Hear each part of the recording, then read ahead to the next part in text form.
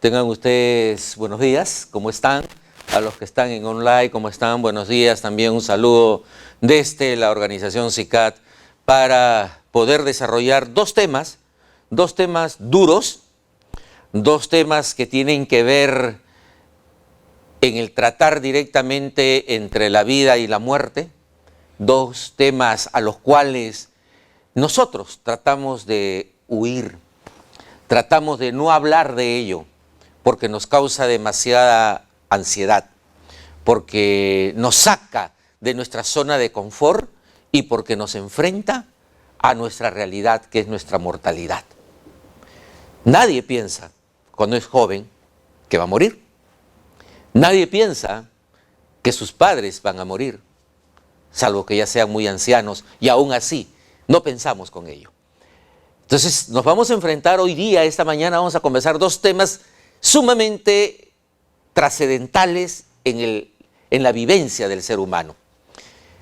Desde el punto de vista de la persona que muere y su vivencia que tiene al final de su vida, y desde el punto de vista del personal asistencial y de los familiares que enfrentan a un paciente que va a morir, que enfrentan la noticia de un familiar que ha fallecido.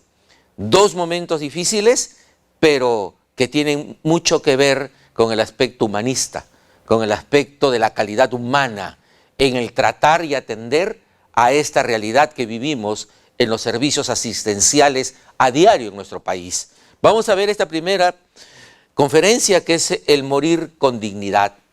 Y nos preguntamos lo siguiente: lo que aquí se entiende por derecho a una muerte digna es el derecho a vivir humanamente la propia muerte. Lo que entendemos por morir con dignidad es ese derecho que también tenemos nosotros, no solamente a vivir dignamente, sino también ese derecho que al final de nuestras vidas nos lleva a morir dignamente. Gracias, muy amable. La muerte no es primariamente un evento médico o científico, sino un evento personal, cultural y religioso. La muerte ha sido estudiada así, no solamente no es un evento científico, médico, nada, es un evento personal. Uno es el que muere. Dos, es cultural. La muerte y cómo se ve la muerte y cómo se estudia depende de cada cultura. Los hindúes incineran en el principal río de la India, a sus difuntos. Y dicen que es importante que sea ahí, porque de esta manera el río es como un continuo de la vida que los lleva hacia un lugar seguro. Para nosotros, para las culturas orientales, la muerte es la parte del proceso de vivir. Para nosotros los occidentales es una desgracia, a veces. Es un aspecto cultural, es un aspecto religioso de cómo yo percibo la vida más allá de la muerte. ¿Hay? ¿No hay? ¿Existe? ¿No existe? ¿Cómo lo percibimos?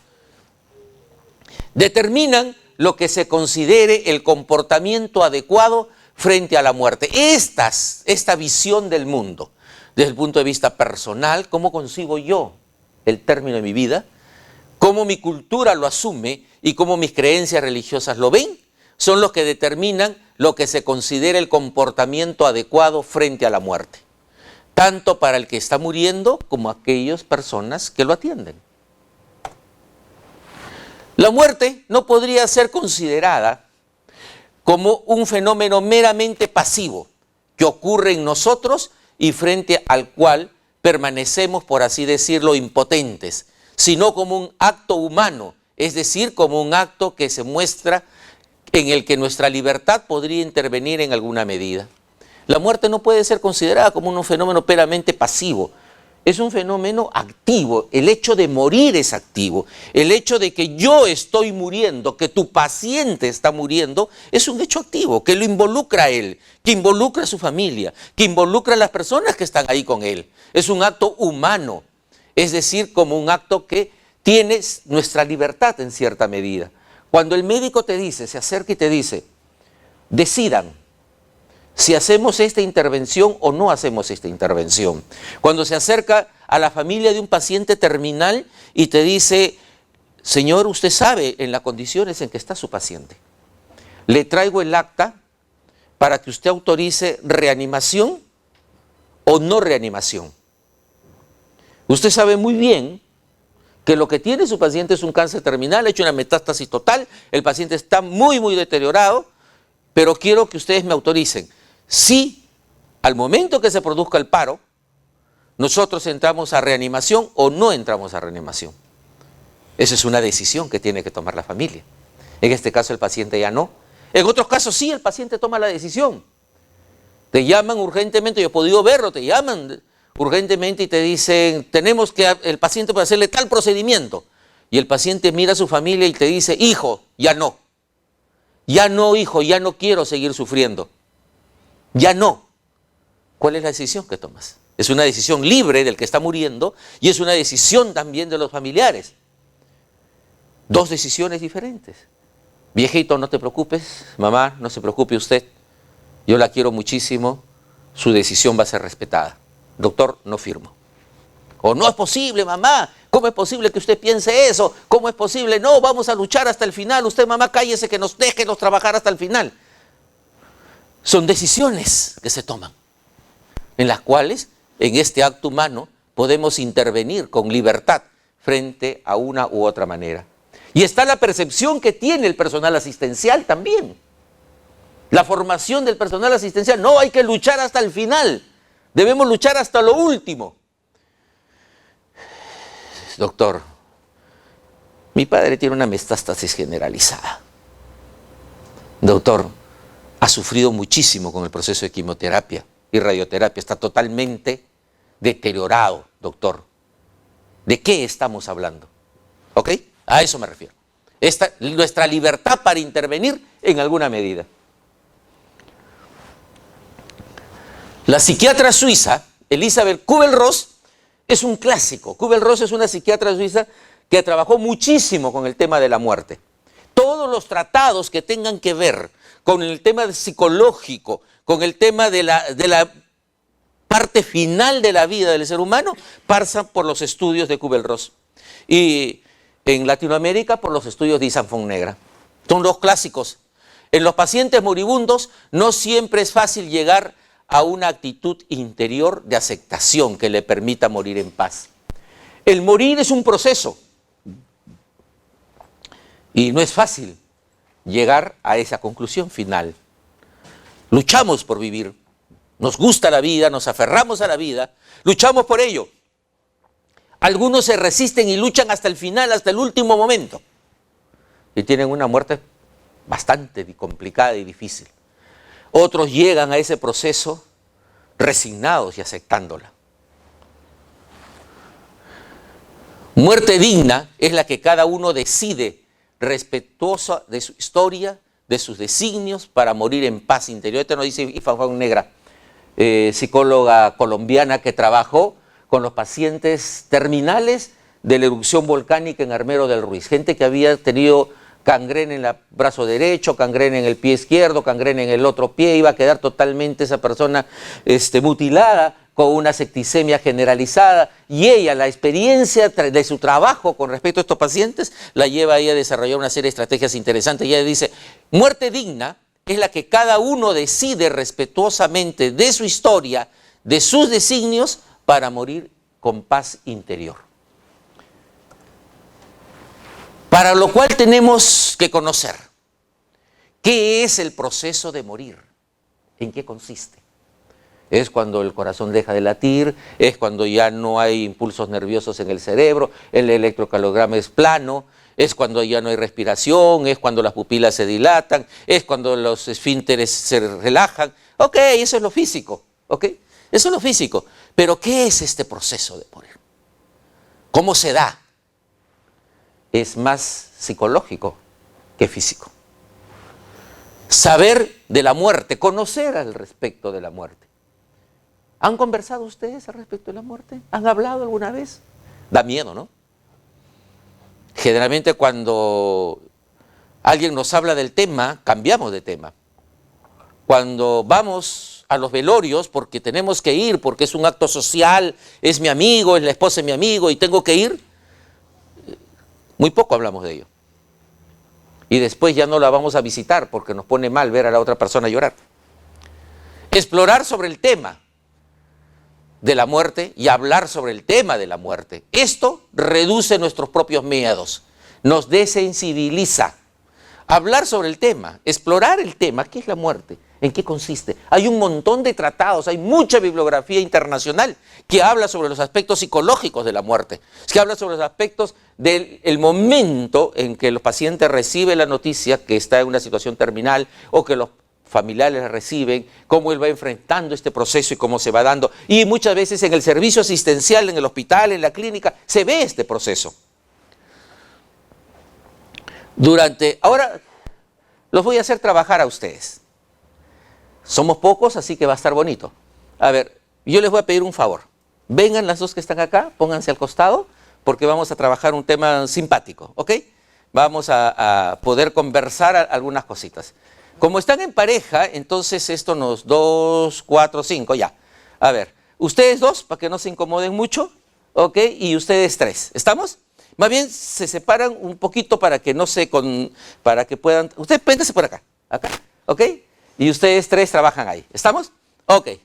A ver, durante un par de minutos, hable con la persona que tiene a su lado cuáles son los miedos más frecuentes que tienen las personas al hablar frente al tema de la muerte. Conversen. Conversen ustedes. Les voy a dar un par de minutos. Sí, ustedes 3, pónganse ahí adelante. Hablen un ratito, conversen sobre esto, porque les voy a preguntar después, ¿ok? ¿Ya? ¿Cuáles son los miedos más frecuentes que tienen las personas al hablar y al enfrentar el tema de la muerte?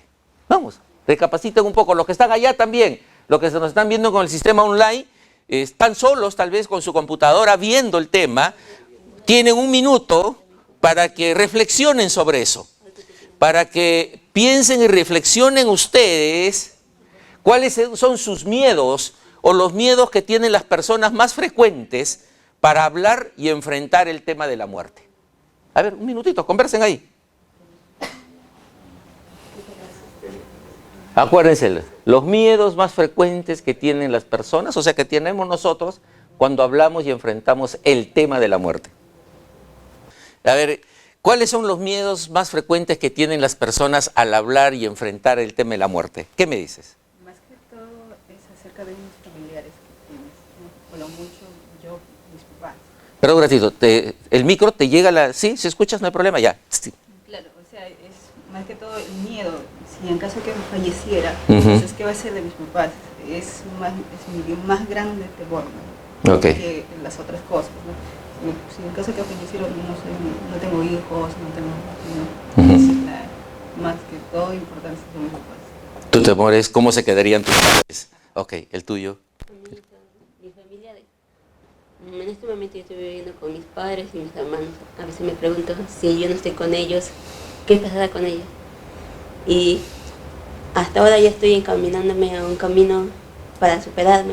Y si muero ahora, sin lograr, me quedé sin hacer nada. Cuando yo estaba en un proyecto. Ok, para ti el temor de las personas es que en algún momento te preguntas, ¿no? ¿Es hoy el día de mi muerte? ¿Y qué hay de mis proyectos? ¿Y qué hay de las cosas que quería hacer? ¿Y qué hay de mi familia? Y estoy estudiando y de pronto me pasa esto y me enfrento a esto. ¿Por qué yo? ¿Por qué yo? ¿Por qué yo? Esa es la pregunta. Ok, gracias, muy amable.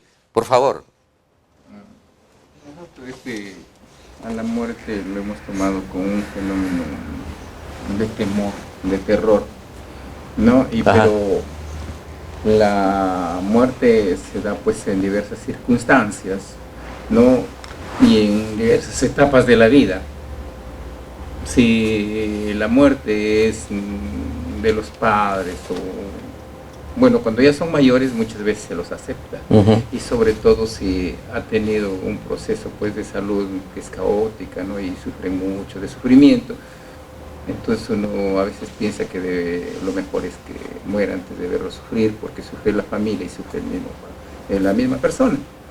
Pero hay otras circunstancias que uno se pone de repente en una etapa intermedia, que tiene todavía hijos, y entonces no quiere morir, le tiene temor, por temor a que cómo se quedarán los niños, no han cumplido todavía con una tarea de hacerlos ellos mismos, que sean suficientes los hijos, que puedan sostenerse por ellos mismos, y entonces no quieren morir, ¿no? Y otras circunstancias cuando una muerte puede ser circunstancial. Hoy, como hoy conversas con él, mañana lo encuentras muerto. Y eso es un choque tremendo, porque dicen, no, o a veces cuando sales de la casa, a veces te despides, bueno, no sé lo que pasará, pero siempre hay ese temor, sobre todo en las personas jóvenes, adultas, no, pero las personas ya que están sobre 60, 70 años dicen, bueno, ya, lo que me pase, ¿no? Porque yo ya cumplí, a mis hijos no tengo nada. Muy bien, gracias.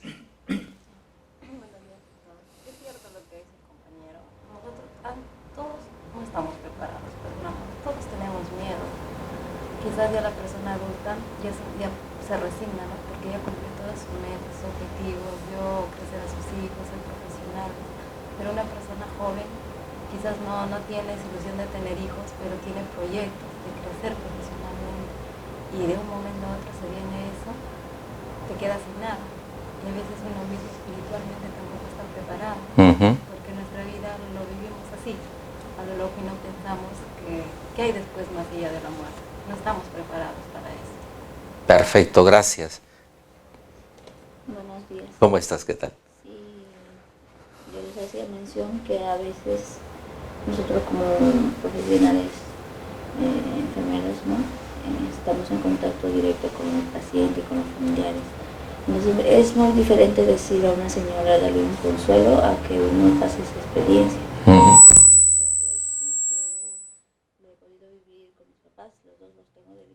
Claro, no de forma así grave, pero está mal, y cuando uno de ellos estaba en riesgo más que el otro, entonces esa angustia, ¿no?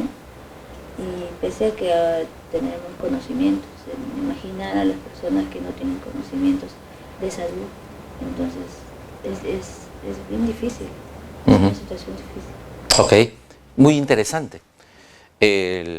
¿Cómo quedan mis padres y mis proyectos de vida? No estaba preparado todavía para morir, ni siquiera el tema espiritual lo he desarrollado, vivo el día a día nada más y cómo se presentan, cómo voy enfrentándolo, el tema de mis padres y el tema en otros también, y cómo el ciclo de la vida nos va preparando para ellos. Cuando somos niños no pensamos en ello, cuando somos jóvenes al contrario, menos asumimos actividades y acciones de riesgo que ponemos en riesgo nuestra integridad física y nos gusta el deporte de riesgo. Cuando somos jóvenes marchamos hacia obtener metas en la vida, proyectos de vida, proyectos económicos, proyectos en educación, etc. Cuando somos padres marchamos en función a que nuestros hijos crezcan y que se queden encaminados. Y cuando llegamos a cierta edad, como que decimos, bueno, pues ya se acerca, ya falta poco. ¿Cuánto tiempo más me queda? Ese es el tema. Depende de cómo lo vayamos viendo. Y eso es lo que las personas van a interpretar y enfrentar al respecto de la muerte. Muchos cambios se dan en nosotros cuando enfrentamos una enfermedad fatal, que tienen que ver con los aspectos internos y que sorprenden a nuestros familiares. Aparecen miedos que son normales y naturales, que se alivian cuando se pueden compartir, cuando le das la noticia.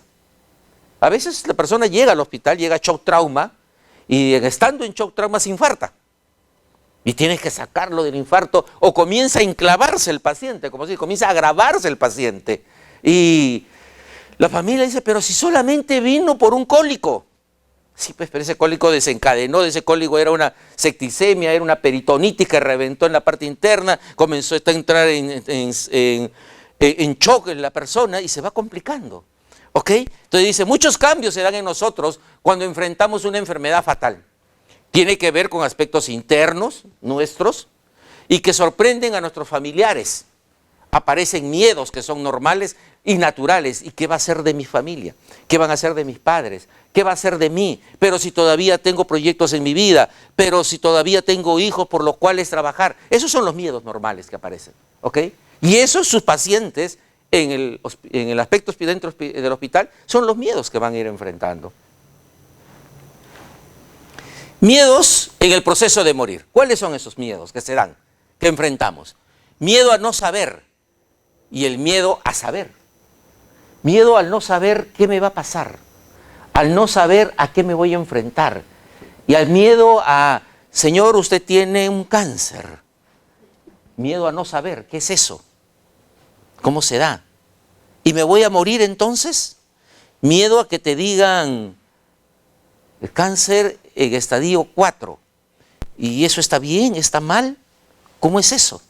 Señor, estadio 1 lo podemos trabajar, el estadio 4 es una terapia paliativa que le vamos a dar una calidad de vida. Miedo al cómo voy a responder al proceso quimioterapéutico, a no saber cuáles son las consecuencias que tienen las personas a los que yo he visto. Pierden el cabello, sí, se ponen mal, pero ¿qué más? Miedo a eso, miedo a lo desconocido, ¿qué viene ahora? Miedo a ser engañado.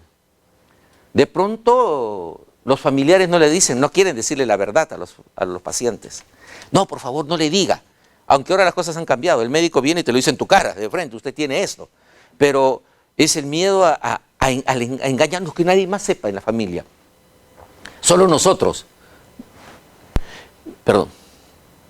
Miedo a tomar decisiones equivocadas. Y si...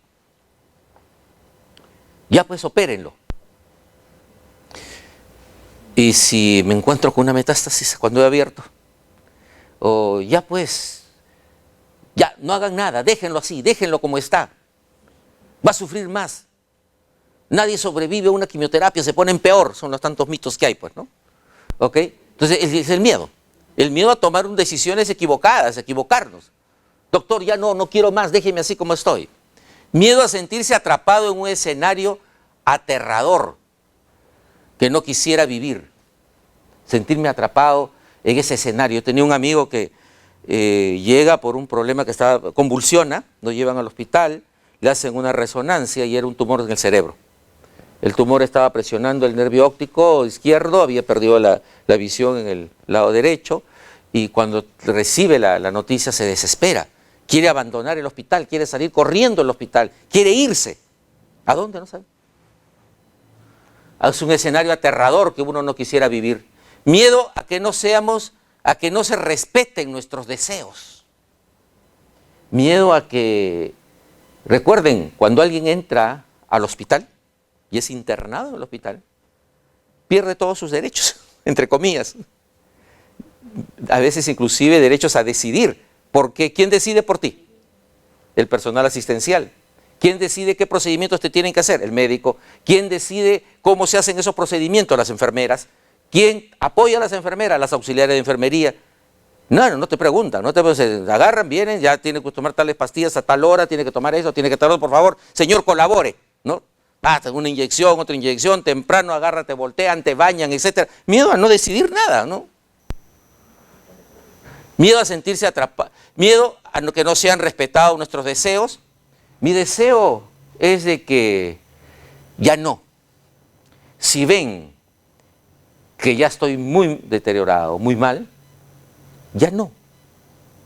Yo me acuerdo que estaba en el Rebagliati y en emergencia escuchando, iba acompañando a un familiar y escucho a una señora que iba en su silla de ruedas, su hija la llevaba, una señora muy bien arreglada, y le decía a su hija en voz alta, ya no, te he dicho que ya no, vengo acá, me traes acá, me hacen sufrir, pero ya no, y ya no hay solución, ya no, déjame.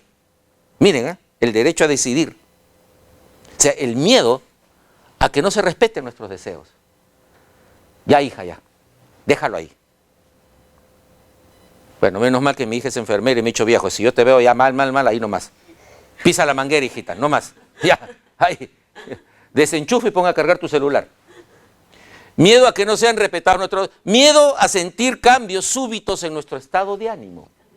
El paciente terminal va pasando por cambios. Un día no querrá saber nada de nadie.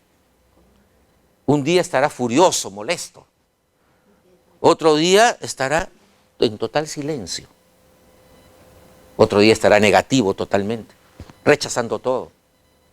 Y los que atendemos a nuestros seres queridos que están en nuestra casa, a veces nuestros seres queridos se ponen especiales y nos agreden a nosotros que los estamos, pero papá, te estoy atendiendo, pero mira, no, déjame, y nos agreden. Y hay días en que no quieres saber nada de nadie. ¿Qué está pasando? Está pasando que él está elaborando su proceso de morir. Eso está pasando. Está pasando que en él querer estar solo, ¿qué está haciendo? Soltando amarras. Está soltando quereres. Está soltando lazos para poder partir en paz. Quiero estar yo solo. Yo y lo que yo siento. Mis miedos, mi temor, lo que yo siento. O sea, no es que me quiera aislar de todos, no es que rechace a todos, es que voy a pasar por esos momentos, por esto. Miedo a sentir cambios súbitos en el estado de ánimo que se van a dar. Miedo a tener que depender de una máquina. Miedo a tener que depender de otros para que me hagan lo básico que yo antes me hacía, desde ir al servicio higiénico. Yo he sido una persona que he sido totalmente independiente en mi vida. Yo he tomado mis decisiones, yo he hecho cosas, yo he trabajado, he ganado, he mantenido mi familia, he hecho actividades y ahora estoy postrado en una cama en la cual me tienen que hasta bañar. Miren, miedo a tener que depender, miedo a tener que separarnos de las personas que amamos. Ese es el soltar amarras. Miedo a dejar a nuestros hijos todavía inconclusos, a nuestra esposa, a nuestros padres, a las personas que queremos. Miedo a lo que vamos a encontrar después de la muerte. ¿Y ahora? ¿Qué sigue? ¿Se acabó todo? ¿Aquí terminó? ¿Hay una vida después de la vida, de la muerte? ¿Cómo es eso? ¿La luz? ¿El túnel? ¿Qué es? Miedo a no saber eso. Esto te lo va a contestar de acuerdo a la religión que tengas. Y pasamos por este proceso. Primero, la negación. El paciente niega el diagnóstico. No. Los médicos son unos burros. Ahora sí que vamos a tener un segundo diagnóstico. Vamos a otro lugar. Pero la resonancia dice eso. No. Acá no saben leer, acá se han equivocado. Vamos a otro lugar. Y sácata lo mismo. No. Siempre es bueno tener una tercera opinión. Vamos, pues gasta tu dinero. Los familiares se aferran, ¿no? A veces el paciente acepta. Dice, ya pues ahí está. Ahí me lo están diciendo, ¿qué es lo que tengo? Pero el familiar niega. O a veces el paciente niega también. Es un proceso normal. La negación es un mecanismo de defensa normal en todos nosotros. Es la forma como nuestra psiquis, nuestro cerebro, se protege de algo que le resulta inaceptable. Lo primero que te dicen, ¿tu marido te abandonó? No lo creo. ¿Tu marido te está sacando la vuelta con otra? No lo creo. ¿No? Papá fallecido, no lo creo. He ingresado al hospital, no lo creo. Es la negación ante algo que nos desbalanza en nuestra psicología. Ese es el primer mecanismo de defensa y a veces hay que tolerarlo. Cuando falleció mi cuñado, mi suegra, una anciana, le dan la noticia y mi suegra responde, no es cierto, está durmiendo, déjenlo dormir. La negación. Es un momento, luego esto se supera, ¿ok? El problema es cuando esto se ancla y se vuelve patológico. Pues, ¿ya? Y a veces hay que mantenerlo, porque lo último que se pierde, ¿qué cosa es? La esperanza. La esperanza no que de pronto, yo he sido psicólogo del servicio de emergencia y la unidad de cuidados intensivos en el hospital de policía. Y teníamos una paciente con un cáncer terminal, ya la persona está toda amarilla, un rostro cadavérico, y su hija al costado orando. Y me decía, yo tengo fe de que mi madre se va a sanar. Biológicamente era imposible. Pero ¿qué le decimos? ¿Qué le dices al familiar? Señora, no guarde esperanza, señora, sea realista, su paciente. No le dices nada, simplemente le escuchas, de acuerdo, la acompañas y punto, nada más. Es lo único que se aferra a esa náufraga esperanza, pues, ¿no? La negociación. Después de negar, negociamos. Señor, te prometo que si me sacas de esta, yo voy a usar tu hábito todos los años. ¿Y por qué esperas llegar a este momento para usar el hábito y no lo usabas antes? No se chantajea la religión, ¿eh? A Dios no se le chantajea. Señor, te prometo que si tú curas a mi mamá, yo voy a ser tu fiel seguidor todos los años. Negociamos. Te prometo que si tú me sacas de esta, yo voy a hacer tal cosa. O voy a cambiar mi vida licenciosa y va a ser de otra manera. O me voy a dedicar más tiempo. ¿Por qué no lo hacías antes? La negociación. Negociamos. Y como la negociación nunca funciona,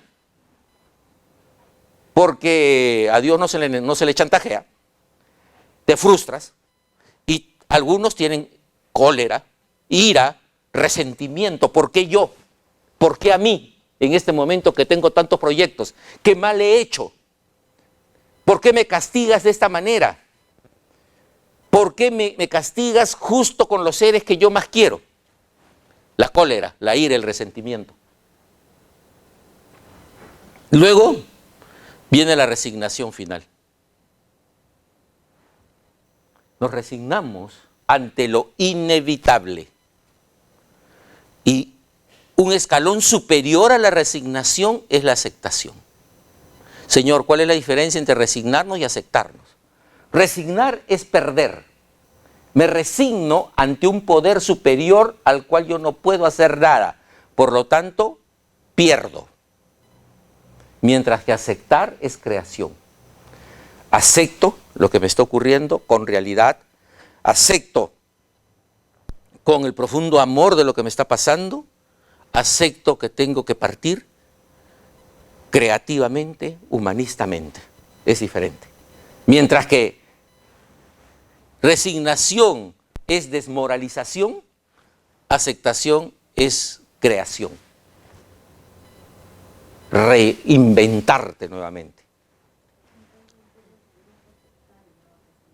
Claro, la idea es esta, pues, ¿no? Es la final. ¿Ok? Si te resignas ya no luchas, te abandonas total. ¿Ok? La resignación te lleva a la depresión final, a la inmovilización, mientras que la aceptación te lleva a ser tú partícipe de tu propio proceso. Cólera e ira, por eso rabia por saber que uno está enfermo, rabia por saber que uno se tiene que morir, rabia por tener que desprendernos de toda la gente que uno quiere, rabia con Dios, es prematuro, un momento inadecuado, me faltaba concretizar proyectos, rabia por tener que someterme a una serie de sufrimientos que me vienen a continuación. Y muchas veces el duelo anticipado que vive la persona y la familia, el proceso de irse preparando, ya acercándose al final cuando uno vive a su manera esta inminencia final. El duelo anticipado es bueno, te va permitiendo llegar a la aceptación, no a la resignación, a la aceptación. El duelo anticipado es cuando vas acompañando a tu familiar desde el proceso en el cual le dan el diagnóstico, tú ves cómo la enfermedad va evolucionando y ves y lo vas acompañando hasta su último momento. El duelo anticipado es bueno. El problema es cuando se te muere por un accidente de tránsito, por un infarto, por una situación inesperada. Nadie estaba preparado para ello. Y recuerden que duelo siempre es perder algo, ¿eh? Pero duelo no solamente va unido a concepto de muerte. Duelo también es perder algo. El día que mi hija sin previo aviso le dijo a mi señora que se iba de la casa, estaba embarazada, quería tener a su hijo y se iba de la casa, casi se muere. 1 año la tuve mi mujer con una depresión fatal, haciendo eso, un duelo. Nunca tuvo síndrome del nido vacío, nunca tuvo la oportunidad de hacer un duelo anticipado. ¿Qué es un duelo anticipado? El enamoramiento, el noviazgo, hasta la parte final, que tú aceptas, no te resignas, aceptas. En el caso que me pasó, hubo resignación, no aceptación, que es diferente. ¿Ok? ¿Bien? Recordar que todos tenemos el derecho de llorar, de desfallecer. Todos, los familiares, el paciente mismo, al recibir la noticia. Al estar solo en su cuarto, lo encontramos llorando de pronto. Es su derecho. Ya, deja de llorar, no te preocupes, ya va a pasar. No, mentira, no va a pasar. Y no va a pasar por mucho tiempo. O no va a pasar hasta el día que se muera. Es acompañar. Todos tenemos ese derecho. A llorar, a sentirnos que desfallecemos. Recordar que quien muere es el paciente y no las demás personas. Él tiene derecho a estar triste, a expresar sus emociones. Recordar eso.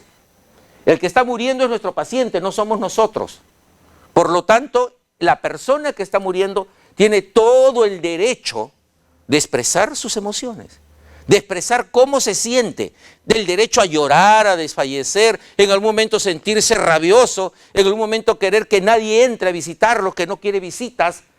Tiene todo ese derecho.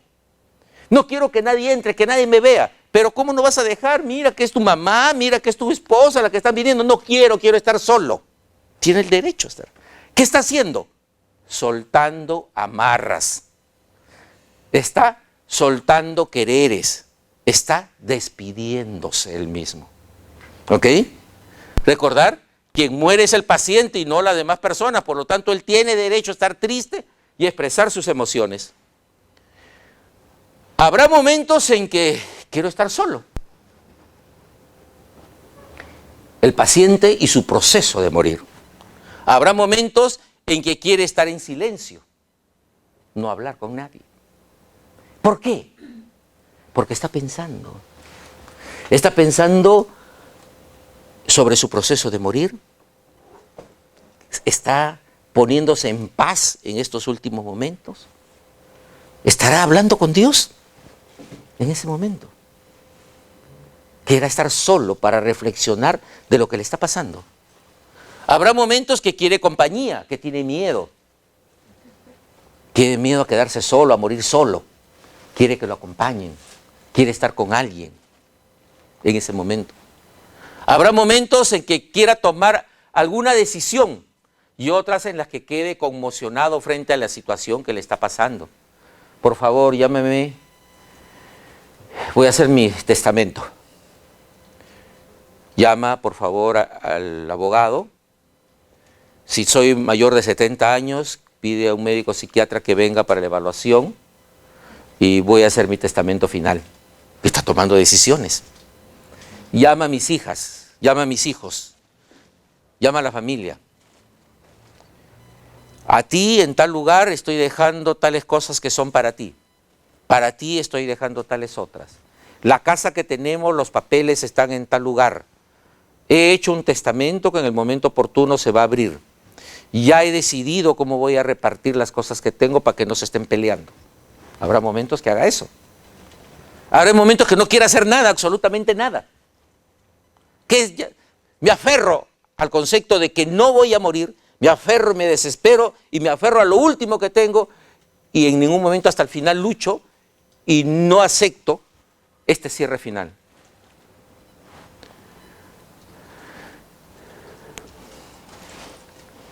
Se tiene que tomar muchas decisiones en este proceso. Y ese proceso que pasa el paciente. ¿Cuáles son esas decisiones? ¿Quién me va a cuidar? ¿Cuánto cuesta una enfermera en casa? ¿Cuánto? ¿Tienen idea? Si yo quisiera contratarla, ¿son enfermeras ustedes? ¿O auxiliar de enfermería? ¿Cuánto cuesta un auxiliar de enfermería en casa? Por día. Por día puede ser 100 soles, 80, dependiendo de qué hora que es. Claro. Mañana, noche, Bueno. todo eso tiene que ver. ¿Y por semana? Pero ya tiene que ser Más más. 100, 700, 800 tal vez. Más o menos un auxiliar de enfermería, un enfermero un poco más. Hablamos 1000, 1500. 1500 está casi por un sueldo mínimo. Y eso, o sea, y ¿puedo pagarlo? ¿No puedo pagarlo? Eso va el tema, ¿no? ¿Quién me va a cuidar? Si todos salen a trabajar, si yo me quedo solo, ¿quién se va a quedar conmigo? ¿O quién se va a quedar con él? ¿Dónde voy a estar? ¿Me van a tener en casa? ¿Voy a estar en un hospital? ¿Voy a estar en una clínica? ¿O me van a mandar a un centro de cuidados del adulto mayor? O sea, a veces la familia termina mandando a los familiares así. Los mandan a un centro de cuidado del adulto mayor porque ya se volvió agresivo, porque ha hecho un Alzheimer muy deteriorante, porque no tienen con quién cuidarlo, pero todo va a depender de qué. ¿Va a depender de qué, amigos, que están allá? Del aspecto económico. Imagínate una persona con una fibrosis pulmonar avanzadísima.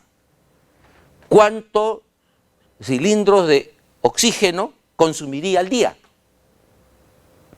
Yo he visto en la emergencia del hospital una persona sobre los 70 años, sentado, desesperado, a chorro abierto el canal de oxígeno y nada, desesperado. ¿Y cuánto cuesta un balón de oxígeno en casa?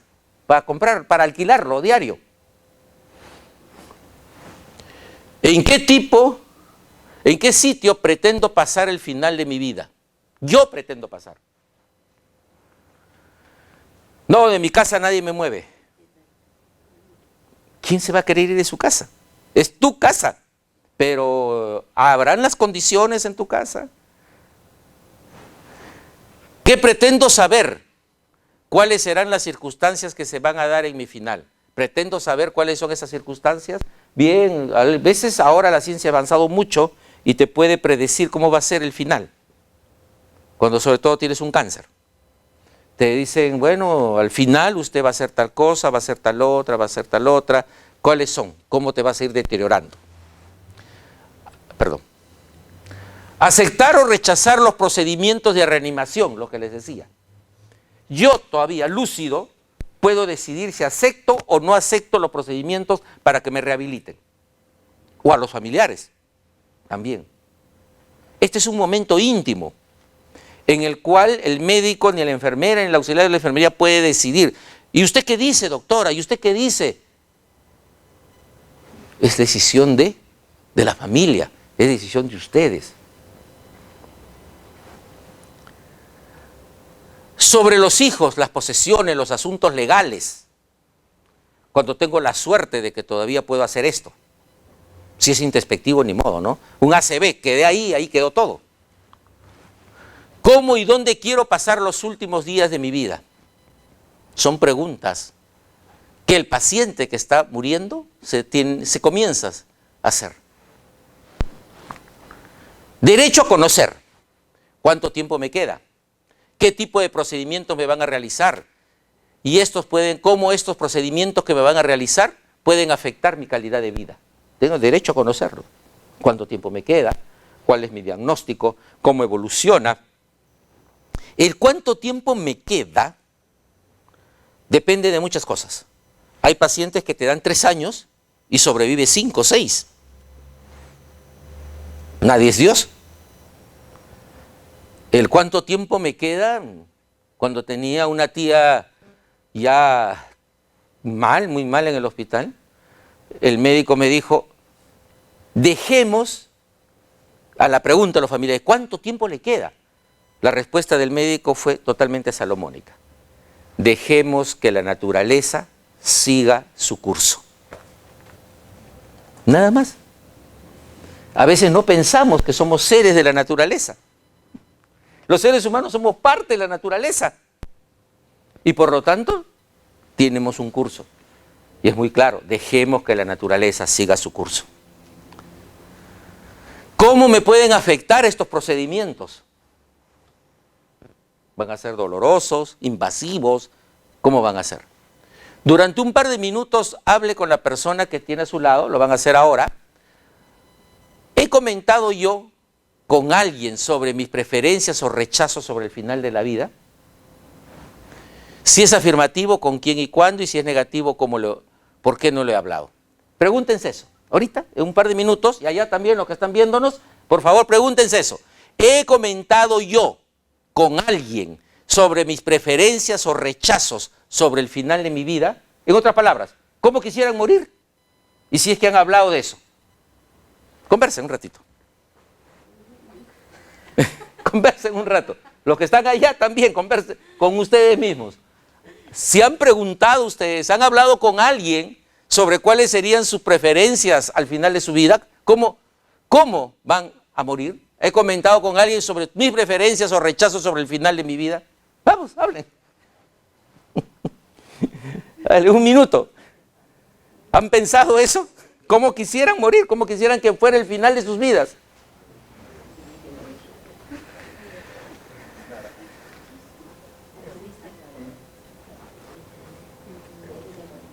¿Ok? ¿Listos? Así chiquito nomás. A ver, ¿cuáles son tus preferencias? ¿Cómo quisieras morir? Nunca lo he pensado. Nunca lo has pensado, ¿no? Eso pasa, pues. A veces ni siquiera se nos cruza por la mente. Nos da temor, ¿no es cierto? Claro que sí. ¿Tú?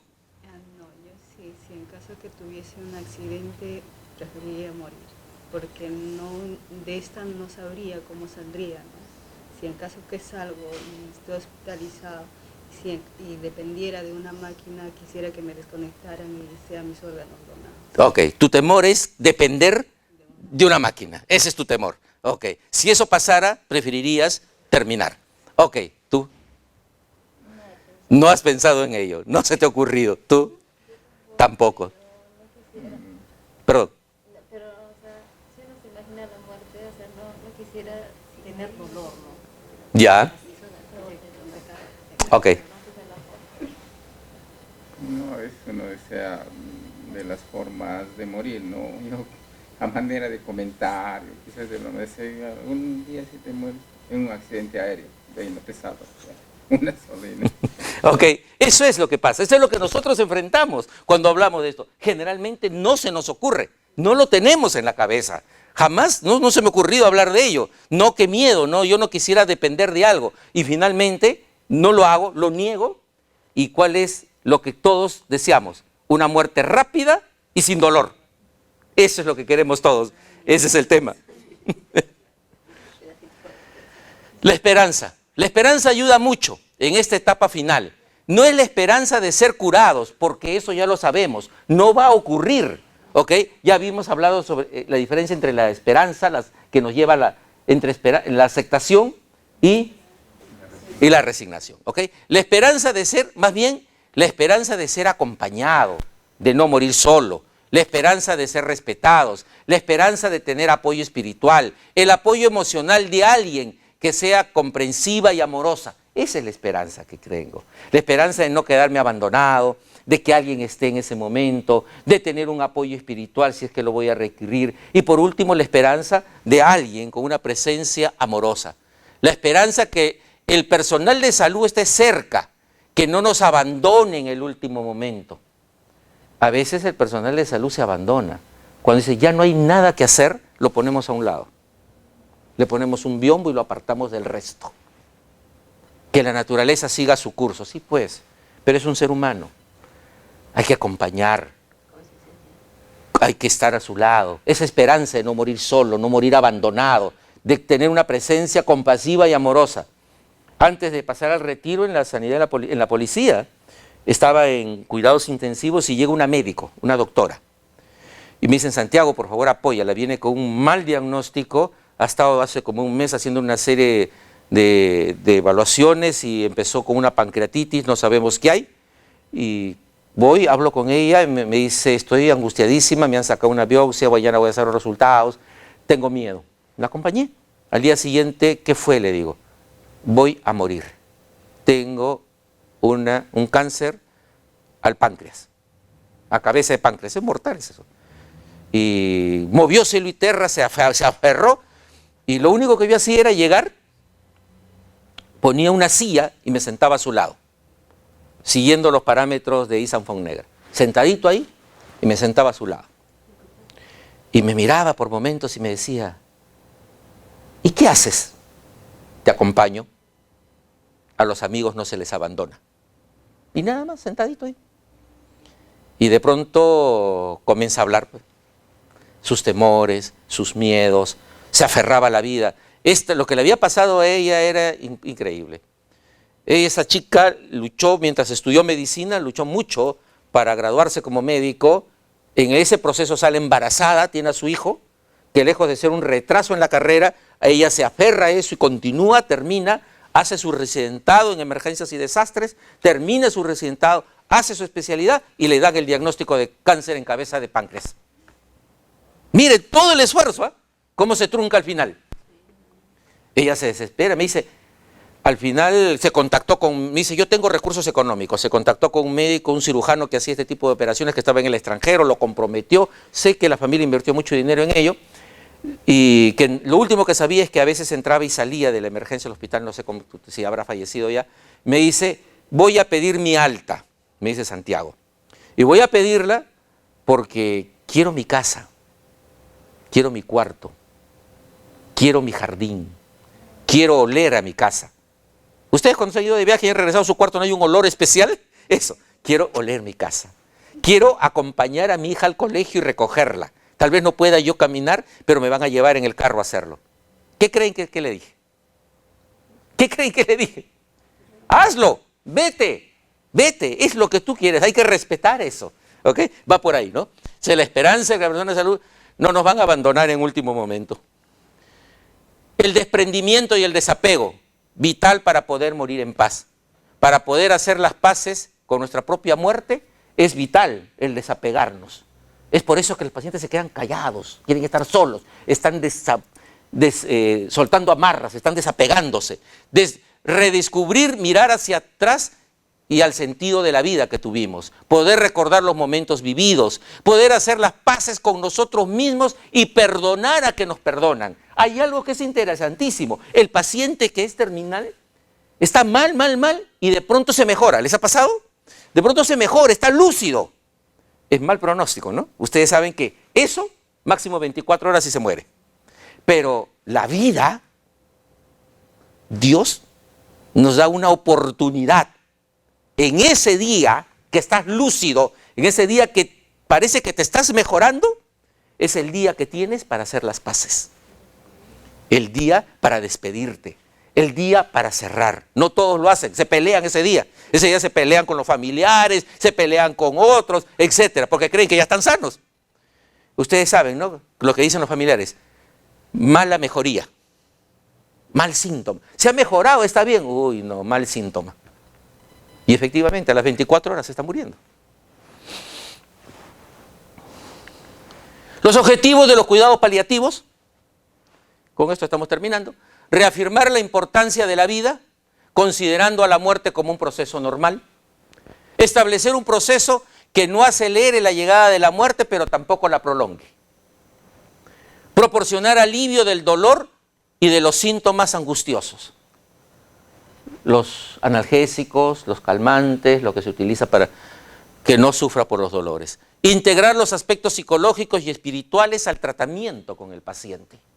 El apoyo psicológico, el apoyo espiritual es complementario al apoyo asistencial. Ofrecer un sistema de apoyo para ayudar a los pacientes, llevar una vida lo más activa posible hasta que sobrevenga la muerte. Ofrecer un sistema de apoyo a los pacientes hasta el momento que ellos puedan. Ofrecer un sistema de apoyo a la familia para que pueda afrontar la enfermedad del paciente y sobrelleve el periodo de duelo. Esto generalmente lo hacen los servicios de psicología que ahora hay en cada uno de los pisos. En cardiología, en el hospital de policía tenemos psicólogos, en UCI tenemos psicólogos, en emergencia hay psicólogos, en la unidad renal hay psicólogos. O sea, hay personas que se orientan a trabajar esto, pero desde el tema asistencial ustedes lo pueden hacer. Miren, miren, permíteme tu mano un segundo, por favor. Yo hacía, después de la consulta médica como psicólogo de la emergencia, llegaba cama por cama. Ustedes saben que en la visita médica está el médico, el médico residente, los médicos residentes, los internistas, el médico titular, y todo el mundo llega y lo mira al paciente. Y todo el mundo así, y todo el mundo habla, ¿no? A ver, doctora, ¿qué tiene? Paciente que ya es conocido en el servicio, llegó por esto, hizo esto, se le puso el otro. Y el paciente ahí asustado mirando. Si intenta, doctor, yo he podido, pero después hablamos. Ahorita estamos evaluando. Eres un objeto. Y todos se van por otro lado y lo miran al otro. Miren, terminado eso, llegaba yo, y permítame tu mano ahora sí, discúlpame por favor, ¿ya? Les tomaba la mano de esta manera y les decía, ¿cómo estás? ¿Cómo has amanecido? Bien. Ok, qué bueno. Quiero que sepas que no te vamos a abandonar, que estamos aquí para ayudarte. Podremos tener nuestras limitaciones como hospital, pero tú eres muy importante para nosotros. Miren, solamente eso nada más, Solamente decirle eso nomás a esa persona que esté en un lugar totalmente desconocido para ella, donde hay gente que se le muere a un lado, se le mueren a la izquierda, se le mueren a la derecha, gente que corre con el coche de paro, etcétera, y decirle eso nomás, no se imaginan cómo ayuda. Y la persona que está muriendo, el acercarte, tocarla, decir, a veces nos da miedo tocar a un paciente moribundo, pero tocarle y decirle, no te vamos a abandonar, estamos contigo, te vamos a acompañar hasta el último. Eso es calidad de vida. Y finalmente esto, morir con dignidad es factible, pero no es fácil. Vivir con dignidad es un derecho, morir con dignidad también. Vivir en forma digna es un derecho que tenemos todos, pero morir con dignidad también lo es. ¿Ok? Muchas gracias. Gracias a los que están allá, gracias a ustedes. Y vamos a tener un pequeño break.